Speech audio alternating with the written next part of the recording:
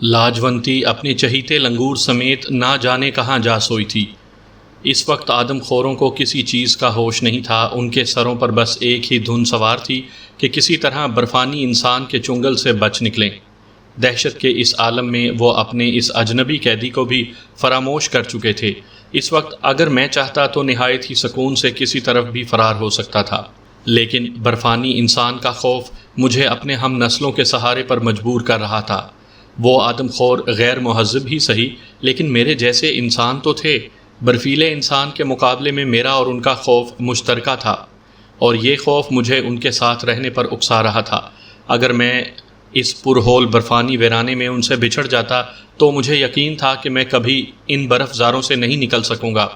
میرے لیے ہر چوٹی، ہر سمت یکساں تھی۔ اس خطے میں میرے لیے کوئی راہ شناسہ نہ تھی۔ اگر میں ان کا ساتھ چھوڑ دیتا تو زندگی بھر انہی اطراف میں بھٹکتا رہتا، حتیٰ کہ برفانی انسان مجھے اپنا نشانہ بنا لیتا۔ اس سے پہلے ہی موسمی سختیاں اور بھوک پیاس میرے مقدر کا فیصلہ کر دیتی۔ وہ سب غول در غول بندروں کی طرح بھاگے جا رہے تھے، ان کی چیخوں سے وادیاں گونج رہی تھیں۔ میں بھی مڑ مڑ کر اس برفانی عفریت کو دیکھتا ان آدم خوروں کی طرف بھاگا جا رہا تھا۔ اچانک ہی چند پے در پے کربناک چیخوں سے فضا لرز اٹھی۔ کچھ ہڈیاں کڑکڑانے کی آواز آئی۔ میں نے بھاگتے بھاگتے سر بے اختیار پیچھے گھمایا تو برفانی انسان کے ہاتھوں میں اس کے شکار کی ٹانگیں اس طرح نظر آئیں کہ ان میں آپس میں کوئی مادی تعلق ہی نہ ہو۔ اس پہاڑی درندے نے اس آدم خور کے جسم کو 2 حصوں میں تقسیم کر دیا تھا، اور دونوں حصے اس کے ہاتھوں میں لٹکتے تڑپ رہے تھے۔ میں پوری رفتار سے آگے دوڑ پڑا۔ میرا دل اس وقت کن پٹیوں میں دھڑک رہا تھا، حلق بالکل خشک ہو رہا تھا۔ پھر سب سے پہلے ٹیلے پر جمع ڈرے سہمے آدم خوروں کا جو غول نظر آیا، میں اسی میں جا ملا۔ وہ سب بری طرح ہانپ رہے تھے اور بار بار سر آگے نکال کر برفانی انسان کی حرکات و سکنات کا جائزہ لے رہے تھے۔ اچانک ہی فضا میں برفانی انسان کی پے در پے کئی چیخیں گونجی، اور آدم خور گھگیا کر ایک دوسرے سے لپٹ پڑے۔ خوف سے ان کی آنکھیں پیشانیوں پر جا چڑھیں۔ اس مرتبہ میں نے بھی سر آگے نکال کر دیکھا تو وہ برفانی انسان اچھلنے کے سے انداز میں مجھے نظر آیا۔ اس کے قدم اتنے لمبے تھے کہ چند ہی ثانیوں میں وہ برفانی میدان عبور کر کے ایک ڈھلان میں روپوش ہو گیا، اور چند سیکنڈ بعد یوں محسوس ہوا جیسے اس ڈھلان پر قیامت برپا ہو گئی ہو۔ آدم خوروں کی بے شمار چیخیں کانوں کے پردے پھاڑ رہی تھیں۔ برفانی انسان شاید بے خبری میں ان پر ٹوٹ پڑا تھا اور اب ان سے اپنا حساب چکا رہا تھا۔ شہریار، اچانک لاجونتی کی تیز آواز گونجی۔ خوف، دہشت اور نا امیدی کے اس ماحول میں لاجونتی کی آواز سن کر پہلی بار مجھے خوشی کا احساس ہوا۔ شاید اسے علم نہیں تھا کہ میں کہاں چھپا ہوا ہوں، کیونکہ وہ بے چینی کے ساتھ مجھے بار بار پکار رہی تھی۔ لاجونتی، لاجونتی، ادھر آؤ! میں اسے پکارتا تودے کی آڑ سے نکل آیا۔ مجھے دیکھ کر وہ تیر کی طرح میرے پاس آئی۔ اس کا لنگور اس کے ساتھ تھا۔ اس کی حالت قابل دید ہو رہی تھی۔ وہ ڈرا سہما کسی چوہے کی طرح لاجونتی کے پیچھے لگا ہوا تھا۔ اس کی لمبی نوکیلی دم بھیگی ہوئی رسی کی طرح سخت برف پر گھسٹ رہی تھی۔ شاید اسے بھی اندازہ ہو چکا تھا کہ برفانی انسان سے اس کا بچنا محال ہوگا۔ شہریار، برفانی انسان ہماری راہ پر لگ گیا ہے، وہ فضا میں ڈوبتی ابھرتی دہشت زدہ چیخوں اور کراہوں کے درمیان بوکھلائی ہوئی آواز میں بولی۔ وہ جب تک چن چن کر سب کو ہلاک نہیں کر دے گا، اپنی کمین گاہ میں واپس نہیں جائے گا۔ ان سب کو جہنم میں ڈالو، ہمارے بچ نکلنے کی کیا صورت ہوگی؟ میں نے اس کا ہاتھ تھاما تو وہ ہولے ہولے کانپ رہی تھی۔ اس نے شاید میری ماں کو بھی مار ڈالا ہے، وہ خانقاہ، وہ روحانسی آواز میں کہہ رہی تھی، مگر میں نے جھلا کر اس کی بات کاٹ دی۔ مرنے والوں کو بھول جاؤ، ورنہ ہم بھی اسی حشر سے دو چار ہونے والے ہیں۔ یہ اکیلا یہاں نہ ہوگا، اس کی مادہ بھی آس پاس ہی ہوگی۔ لاجونتی متوحش نگاہیں دوڑاتی ہوئی بولی۔ نر کی آواز سن کر وہ کسی بھی لمحے آ سکتی ہے۔ یہ نر ہے؟ ہاں، اس کی مادہ لنگڑی ہے، میں ایک بار اسے دیکھ چکی ہوں۔ سنو، میں نے ایک ترکیب ذہن میں آتے ہی جوشیلے لہجے میں کہا، کیا یہ خوفزدہ قبائلی تمہاری بات مانیں گے؟ اگر انہیں برفانی انسان سے گلو خلاصی کا یقین ہو تو وہ جہنم میں بھی کود پڑیں گے۔ ان سے کہو کہ یہ اپنے نیزوں سے برف کے تودے توڑ دیں۔ تمہارا لنگور برف کے تودوں کو پتھروں کی جگہ استعمال کر سکتا ہے۔ اگر ہم اسے زخمی کرنے میں کامیاب ہو گئے تو شاید زندہ بچ سکیں۔ میں نے ہانپتے ہوئے اپنی بات پوری کی۔ ایک ثانیے کے لیے لاجونتی کی آنکھوں میں چمک بیدار ہوئی۔ اس نے سہمے ہوئے لنگور پر نظر ڈالی اور وہ چمک پھر معدوم ہو گئی۔ یہ خود بہت زیادہ خوفزدہ ہے، لاجونتی اسے سمجھاؤ، تم اس کی زبان جانتی ہو، میں نے کہا۔ وہ لنگور کو اپنی باہوں میں سمیٹ کر زمین پر ہی اکڑو بیٹھ گئی اور حلق سے دبی دبی حیوانی آوازیں نکال کر اسے پچکارنے لگی۔ لاجونتی کے خاموش ہوتے ہی پہلے لنگور نے ایک چیخ ماری اور پھر بےتابی سے اس کا ایک رخسار چاٹنے لگا۔ یہ آمادہ ہے، لاجونتی کا لہجہ مسرت آمیز تھا۔ اس وقت برف پوش پہاڑی وادیوں میں اجل کی چیرہ دستیاں اپنے عروج پر تھیں۔ برفانی انسان نہایت ہی سکون کے ساتھ اپنے نشانوں پر وار کر رہا تھا۔ اس کی مختصر مگر مہیب چیخیں رہ رہ کر سنائی دے رہی تھیں۔ وہ آدم خوروں کی کسی بھی ٹکڑی پر جا پڑتا اور 2-3 کو لہو لہان کر کے ہلاک کر ڈالتا۔ بچ رہنے والے فلک شگاف چیخیں مارتے کسی اور طرف بھاگ نکلتے۔ ادھر وہ عفریت بڑے سکون سے اپنے شکاروں کا حشر خراب کرتا۔ اس کے تڑپتے ہوئے اعضاء برف پر پھینک کر چیخیں مارتا ہوا چند ہی ثانیوں میں کسی دوسری ٹولی پر جا پڑتا۔ جسموں کی حرارت سے پگھلنے والی برف میں اب ایک طرف انسانی لہو کے دھبے موجود تھے اور کسی کو پتہ نہیں تھا کہ چاند جیسی سفید برف پر نئے سرخ دھبے کس کے لہو سے جنم لیں گے۔ ذرا ہی دیر میں 7-8 آدم خور اس کا نشانہ بن چکے تھے۔ لاجونتی نے مشکل سے ان حواس باختہ اور اجل رسیدہ قبائلیوں کو اپنی طرف متوجہ کیا۔ اس کی تجویز سن کر ان کے چہروں پر موت کی دھند ناچتی رہی۔ انہیں یقین نہ تھا کہ وہ اتنی آسانی سے دشمن سے نجات حاصل کر لیں گے۔ لاجونتی انہی لوگوں جیسے ماحول کی پروردہ تھی۔ اپنی بات پوری کرنے سے قبل ہی اسے اندازہ ہو گیا تھا کہ اس کی بات کو وہ دیوانگی سمجھ رہے تھے۔ خاموش ہوتے ہوتے وہ ایک بار پھر زور زور سے چیخنے لگی۔ اس وقت وہ دیو ہیکل انسان نما درندہ دھاڑا۔ بھیڑ میں عجیب افراتفری پھیل گئی، مگر اس وقت تک چند آدم خور قبائلی لاجونتی کی بات سے متفق ہو چکے تھے۔ لاجونتی انہی ہم نوا اقلیت کو لے کر بندروں کی سی پھرتی سے ایک چٹان پر چڑھتی چلی گئی۔ پھر میں بمشکل تمام اوپر پہنچا تو وہ سب نیزوں سے برف کے سخت ٹکڑے توڑ رہے تھے۔ لاجونتی کے منہ سے لنگوروں جیسی تیز چیخ نکلی اور اس کے ہمراہ قد آور لنگور نے بجلی کی صورت سے اپنی دم میں برف کا ایک ٹکڑا لپیٹ کر زناٹے کے ساتھ نیچے روانہ کیا۔ اس وقت نچلی وادی میں اجل کی ارزانی اپنے عروج پر تھی۔ گوشت، ہڈیوں اور بادل کا ملا جلا دیو ہیکل اور متحرک انبار دھاڑتا ہوا آگے لپک رہا تھا، اور اس سے بچنے کے لیے آدم خوروں کا ایک جم غفیر کربناک چیخیں مارتا گرتا پڑتا دوڑ رہا تھا۔ موت کے ہرکاروں پر قدرت نے موت مسلط کر دی تھی، ایسی موت جس سے اس سرد ویرانوں میں مفر ممکن نہ تھا۔ لنگور کا پہلا پھینکا ہوا برف کا ٹکڑا پوری قوت سے زمین سے ٹکرا کر بکھر گیا۔ برف کی کرچیں دور تک اڑتی چلی گئیں۔ اس وقت پہلی بار مجھے لنگور کی صحیح طاقت کا اندازہ ہوا۔ اگر ایسے ہی 4-6 ٹکڑے نشانے پر لگ جاتے تو برفانی انسان بری طرح بوکھلا جاتا۔ دوسرا وار بھی خالی گیا، مگر تیسرا ٹکڑا بھاگتے ہوئے درندے کی پشت پر پڑا تو وادی میں بھونچال آ گیا۔ برفانی انسان چوٹ کھا کر اس بری طرح دھاڑا کہ قدموں کے نیچے زمین دہل اٹھی۔ اچانک لاجونتی نے پوری قوت سے چیخ کر نیچے بھاگنے والوں سے کچھ کہا، مگر وہ کہاں سننے والے تھے۔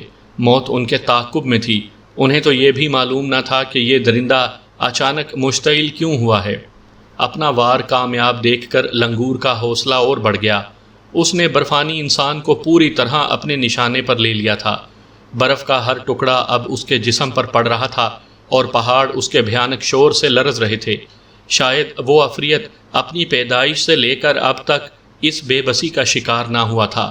شکست اور مجبوری نے اس کے غضب کو دو چند کر دیا تھا۔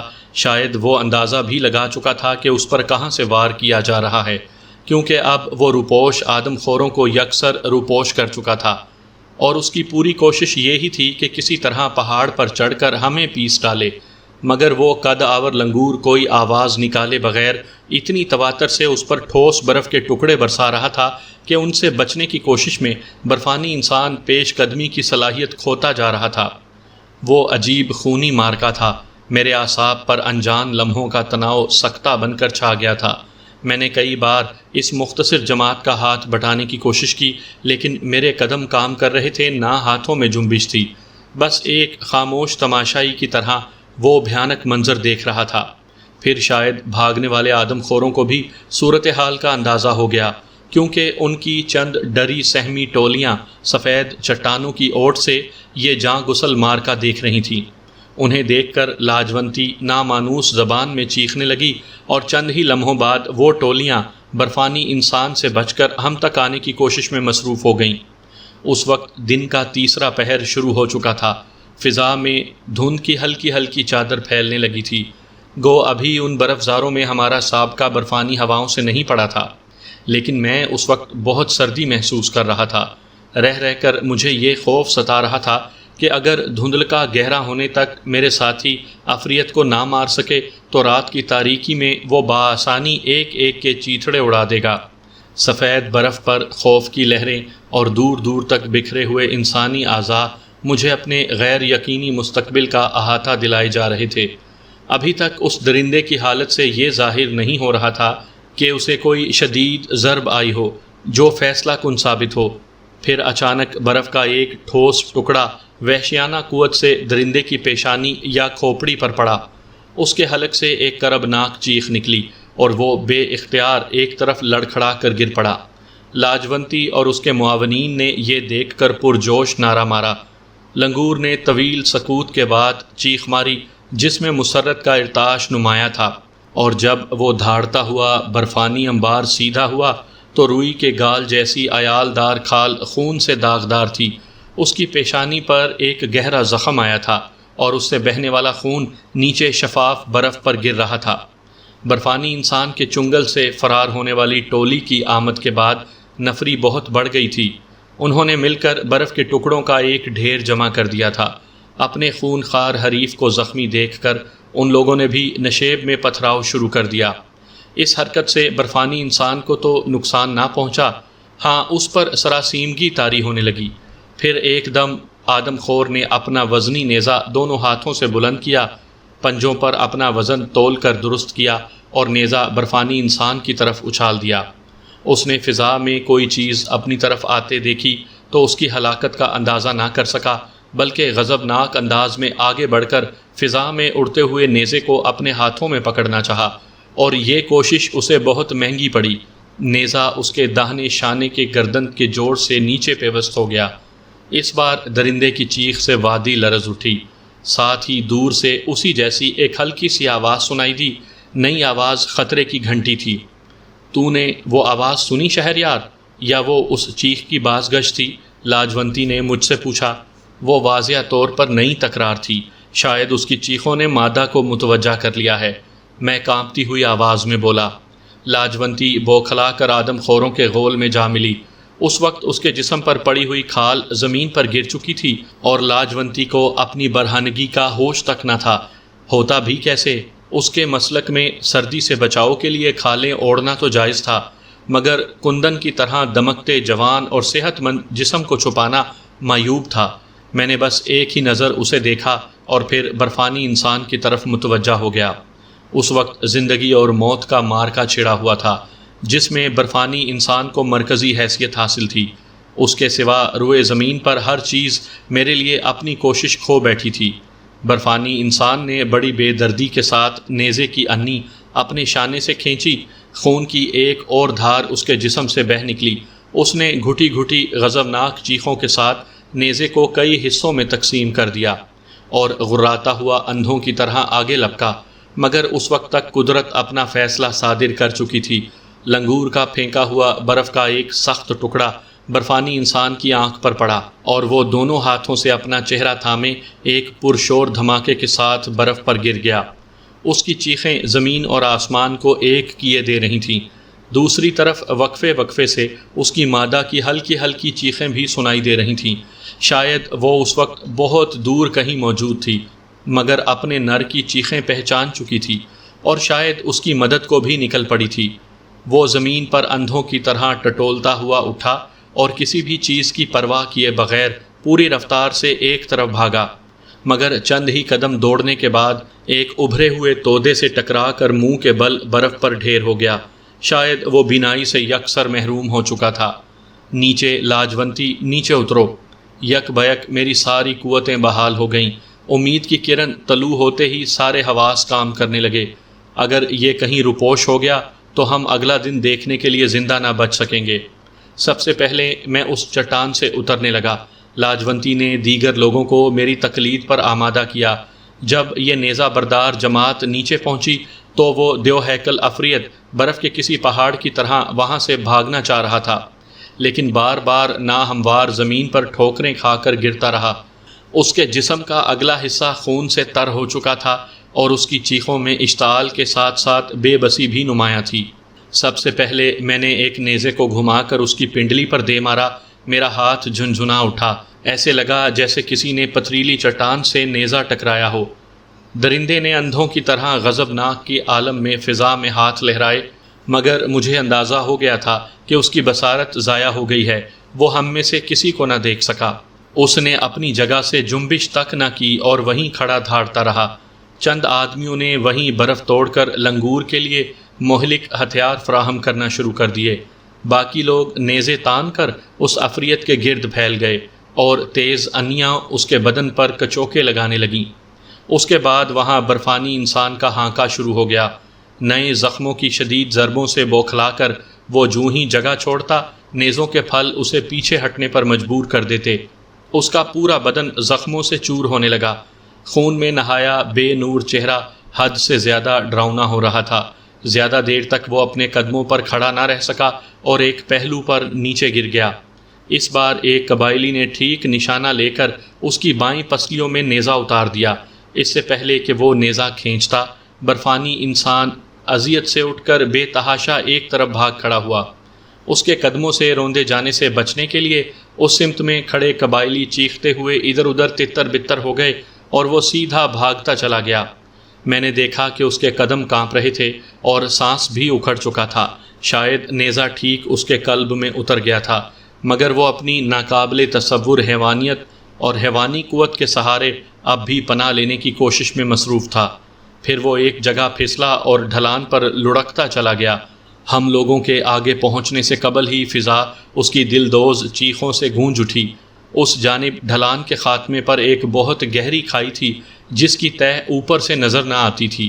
چند سیکنڈ کے بعد ہی اس کی چیخیں دم توڑ گئیں اور تھوڑے وقفے کے بعد اس جانب سے ایسے خوفناک دھماکے کی آواز آئی جیسے کسی خشک کنویں میں کوئی لاش گری ہو، اور پھر فضا پر گہرا سکوت چھا گیا۔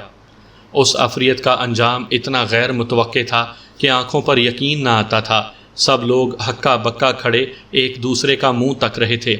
یوں لگ رہا تھا جیسے وہ خاموش نگاہوں سے ایک دوسرے سے اس خون ریز تصادم کے خاتمے کی تصدیق طلب کر رہے ہوں۔ یہ طلسم اس وقت ٹوٹا جب فضا میں دور کہیں برفانی انسان کی مادہ کی چیخ سنائی دی، اور ایک بار پھر سب کے چہروں پر خوف کی لہریں دوڑ گئیں۔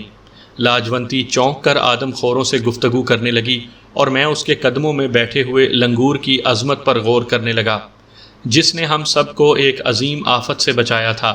مجھے یقین تھا کہ اگر ہمارے پاس برف توڑنے کی کوئی صورت ہوتی تو وہ لنگور تنہا ان آدم خوروں کے لیے کافی ہوتا اور مجھے ان کا قیدی نہ بننا پڑتا، مگر اب وہ لمحات بیت چکے تھے اور آدم خور اتنے احمق بھی نہیں تھے کہ اب مجھے اور لاجونتی کو اپنے مقابل صف آرا ہونے کا موقع دیتے۔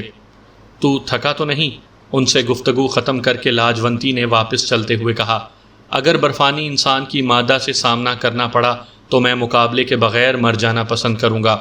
اس قدر اعصاب شکن واقعات سے زندگی میں کبھی دو چار نہیں ہوں گا۔ جنگلوں اور پہاڑوں میں زندگی اسی کا نام ہے، وہ ہنس کر بولی۔ اس برفانی میدان میں 7 آدم خوروں کی بھیٹ کے بعد یہ کاروان آگے چل پڑا۔ وقت گزرنے کے ساتھ ساتھ وہاں دھند گہری ہوتی جا رہی تھی۔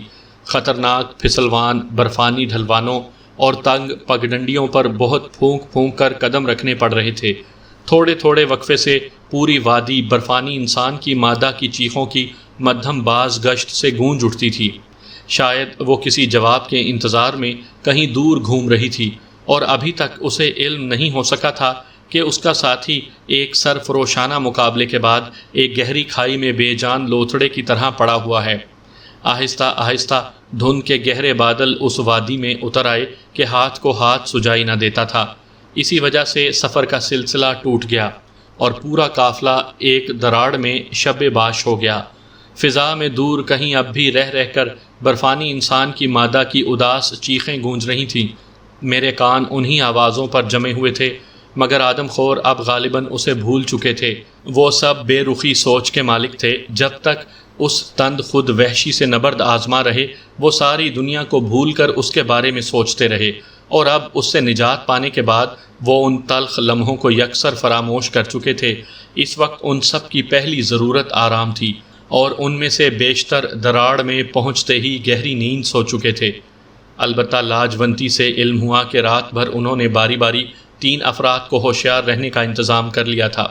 لاجونتی پر تو یہ بھی ظاہر کیا گیا تھا کہ اس طرح وہ بیرونی خطرات سے بروقت آگاہ ہو سکیں گے، مگر ان کا اصل منشا یہ تھا کہ مجھے اور لاجونتی کو فرار ہونے یا ان کے نیزوں پر قابض ہونے کا موقع نہ مل سکے۔ مگر میں ایک پل بھی برفانی انسان کو نہ بھول سکا۔ اس کا تصور کسی بدروح کی طرح میرے اعصاب پر سوار ہو چکا تھا۔ 20,000 فٹ کی بلند ترین برفانی پہاڑیوں کا وہ نادار الوجود افریت مجھے آن ملگجی دھند کی چادر سے ابھرتا ہوا محسوس ہو رہا تھا۔ پھر میں نے لاجونتی سے اس کے بارے میں بات کرنا شروع کر دی۔ وہ اپنی ماں کے حوالے سے میرے سوالات کے جواب دیتی رہی۔ اس گفتگو میں مجھے علم ہوا کہ برفانی انسان گوشت بہت رغبت سے کھاتا ہے، مگر زندہ شکار کبھی نہیں کھاتا، بلکہ پہلے اسے ہلاک کرتا ہے۔ اس اعتبار سے وہ مردہ خور درندوں کے ذیل میں آتا ہے۔ اور اسی گفتگو میں مادہ کی جانب سے آدم خوروں کے اطمینان کا راز بھی مل گیا۔ وہ جب کھائی کی تہہ میں اپنے نر کی لاش دریافت کرتی تو واقعی بہت مشتعل ہوتی، مگر جب سوراخ کے سہارے اوپر پہنچتی تو اسے 7 انسانوں کے اعضاء برف پر بکھرے ہوئے ملتے، اور یہ نعمت دریافت ہوتے ہی اس کا سارا اشتعال مسرت میں پگھل جاتا، اور وہ خوراک کھانے میں اتنی مگن ہوتی کہ وہ اپنے نر کی موت اور اس کے انتقام کو بالکل بھول جاتی۔ اس جانب سے تسلی ہونے کے بعد ویرانوں سے آنے والی آواز کی ہیبت میرے لیے بھی ختم ہو چکی تھی، اور میرا ذہن آدم خوروں سے نجات کی راہیں تلاش کرنے لگا۔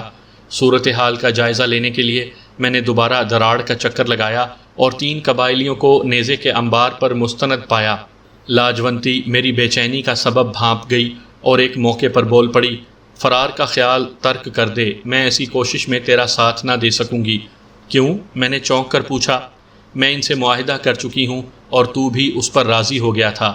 تیری قید کے نتیجے میں انہوں نے مجھے من مانی مراعات دی ہیں اور میں وعدے کی خلاف ورزی نہیں کروں گی۔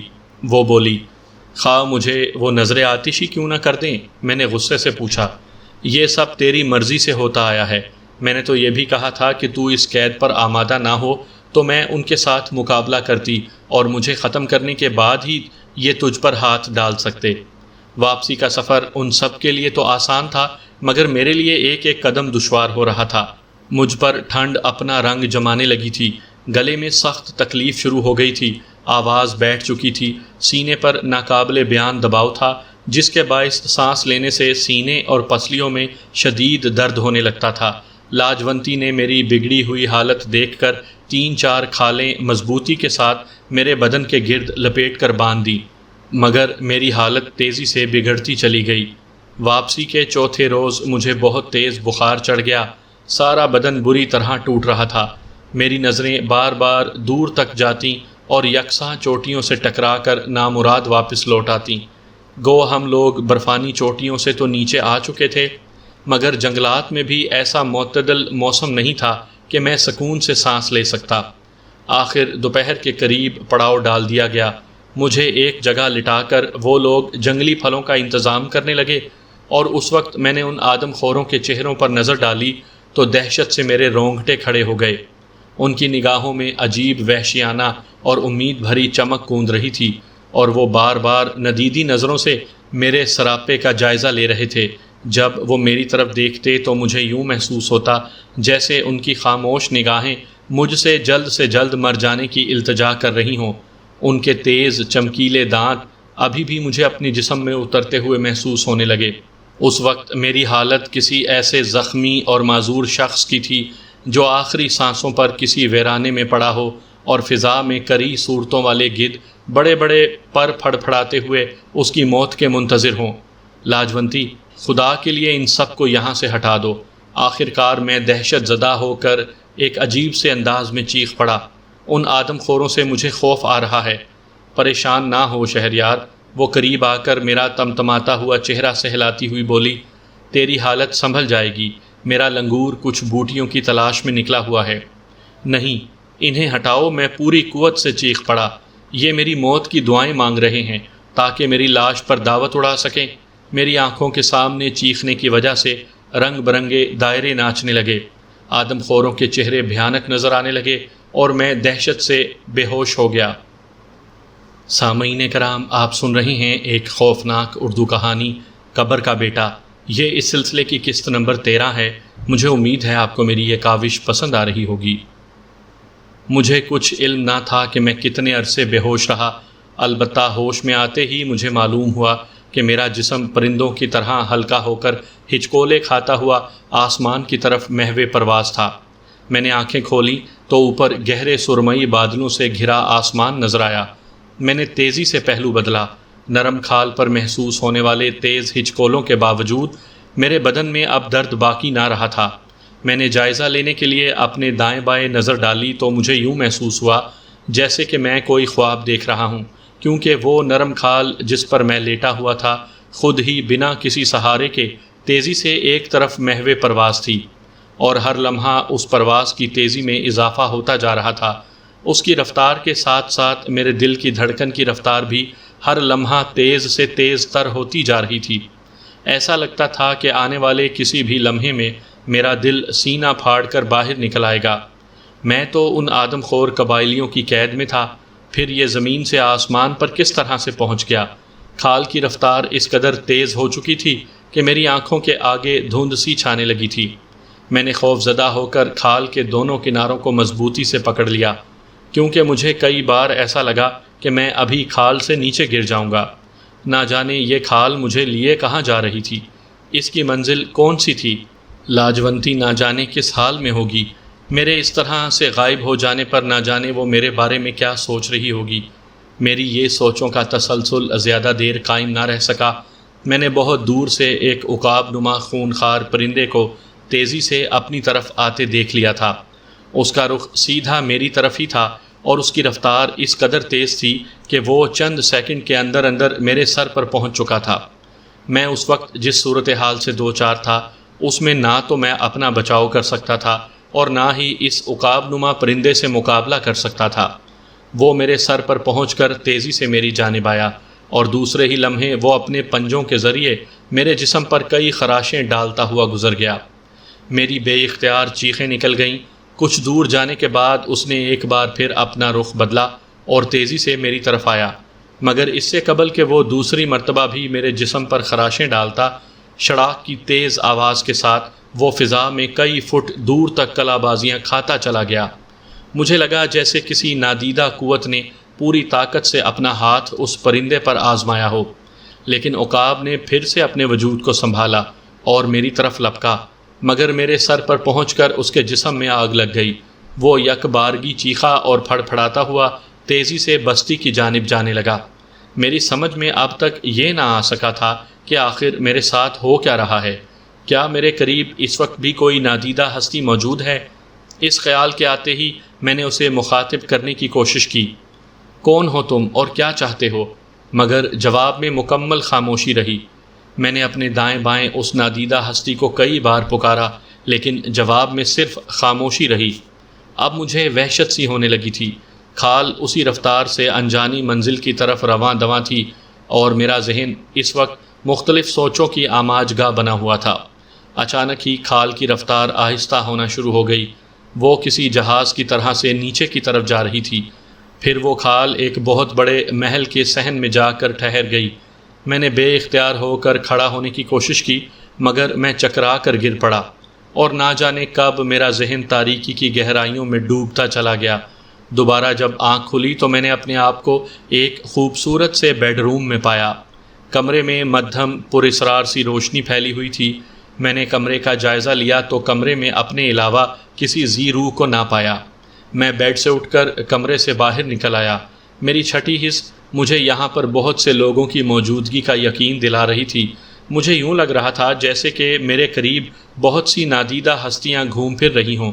کئی بار ایسے محسوس ہوا جیسے میرے ساتھ ساتھ کوئی چل رہا ہو۔ میں نے کئی بار پلٹ پلٹ کر دیکھا مگر مجھے کوئی نظر نہیں آیا۔ کیا مصیبت ہے، میں جھنجھلا گیا۔ کوئی ہے؟ اگر ہے تو سامنے آئے، میں حلق کے بل چیخا۔ ٹھیک اسی وقت میں نے کانوں میں کسی کی سرگوشی سنی، تم جس کمرے سے نکل کر آئے ہو اسی میں واپس جاؤ۔ نہیں، پہلے بتاؤ کہ تم کون ہو اور مجھے یہاں کیوں لائے ہو؟